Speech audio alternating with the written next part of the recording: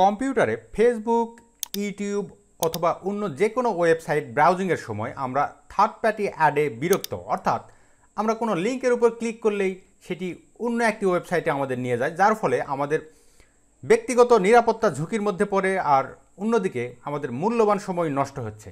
তো এ ধরনের সমস্যা থেকে সমাধানের জন্য প্রথমে গুগল ক্রোম ব্রাউজার ওপেন করুন, সেখানে একটি নতুন ট্যাব নিন, সেখানে লিখুন chrome.google.com/webstore। এরপরে ইন্টার বাটনে ক্লিক করুন। ইন্টার বাটনে ক্লিক করার পরে এরকম একটি স্ক্রিন আপনার সামনে আসবে। এখানে আপনি সার্চ এক্সটেনশন অ্যান্ড থিমে ক্লিক করুন অ্যাডব্লক প্লাস। অ্যাডব্লক প্লাস লেখার পরে আমরা নিচে দেখতে পাচ্ছি এরকম একটা লোগো, অর্থাৎ অ্যাডব্লক প্লাসের একটি লিঙ্ক আমাদের সামনে চলে এসেছে। আমরা এটার উপর ক্লিক করে দেব। দেওয়ার পরে অ্যাড টু ক্রোম বাটনে ক্লিক করব। ক্লিক করার পরে অ্যাড এক্সটেনশানে ক্লিক করব।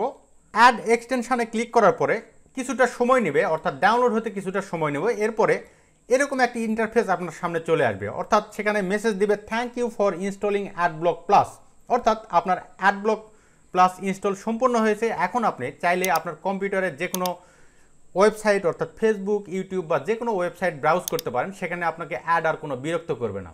এতে করে আপনার ব্যক্তিগত নিরাপত্তা সুরক্ষিত থাকবে আর অন্যদিকে আপনার মূল্যবান সময় নষ্ট হবে না।